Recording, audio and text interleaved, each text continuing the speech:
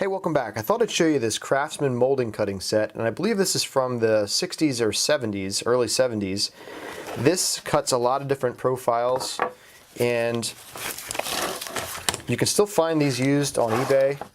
I was lucky enough to get this thrown in with a radial arm saw I picked up for $40. This set itself can go between $20 and $30 on eBay. And this is the version that has a single cutter here, but there's also a version that has 3 cutters, and that would look like this.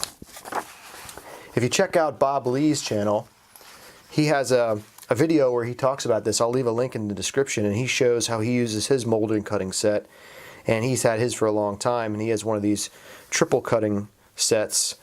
Mine's only the single cutting set, but I'll show you a trick that I used that I learned from his video that helped me because I didn't have an insert that fit along with these cutters. But with these cutters, you can cut all kinds of profiles for molding, of course, and I just found another good use for it I'll share with you in a second. Here's some information I found from the 1950s or 60s online. There's a PDF, and if I can find it, I'll put a link in the description.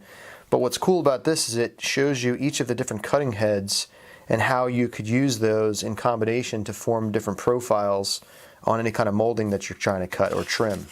What I just used this for was to cut a cove and some scrap pieces of wood I had for a marble track. We had to find something to use as part of a Rube Goldberg machine at school, and so I just cut this cove in here really quickly with this molding cutting set, and it worked great.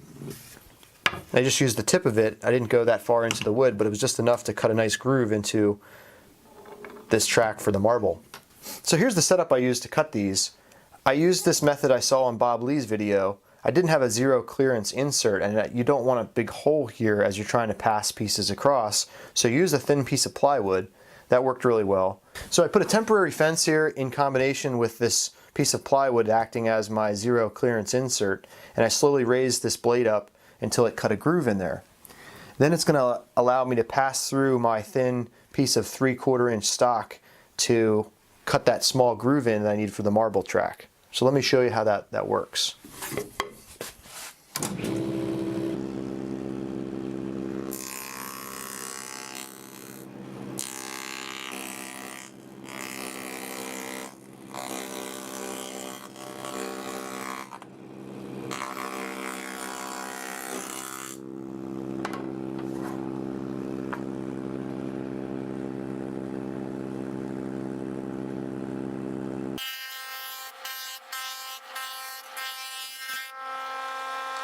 So as you can see, I have a nice groove now that's cut into this board, and that marble will stay in that track really nice.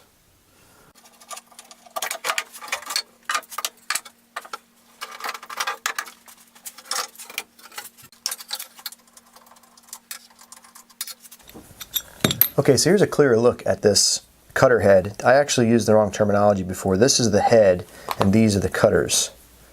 So when you're putting these cutters in, whatever profile you want to have this label pointing up, this flat side pointing up, and then have this Craftsman label and the number pointing up also, like that. And then there's a hole right here. There's a set screw right here. The set screw will engage into that hole right there.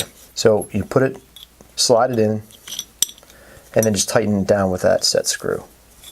So the molding cutting set is very handy for a lot of different profiles. You can mess around with that. It's something that you can pick up pretty cheaply, and then you can try to make your own baseboard or trim. You can see that on this one I was working on a profile and showing my wife for our bathroom to see if she liked it. Still haven't decided if that's what we want to go with, but by trying out different profiles there and the combinations I showed you on that information, you can make your own trim and save yourself a lot of money. Alright, that'll do it for this video. I appreciate you watching. If you're not a subscriber, hit that subscribe button. I got a lot of new videos coming out soon. And until next time, go out there and make something.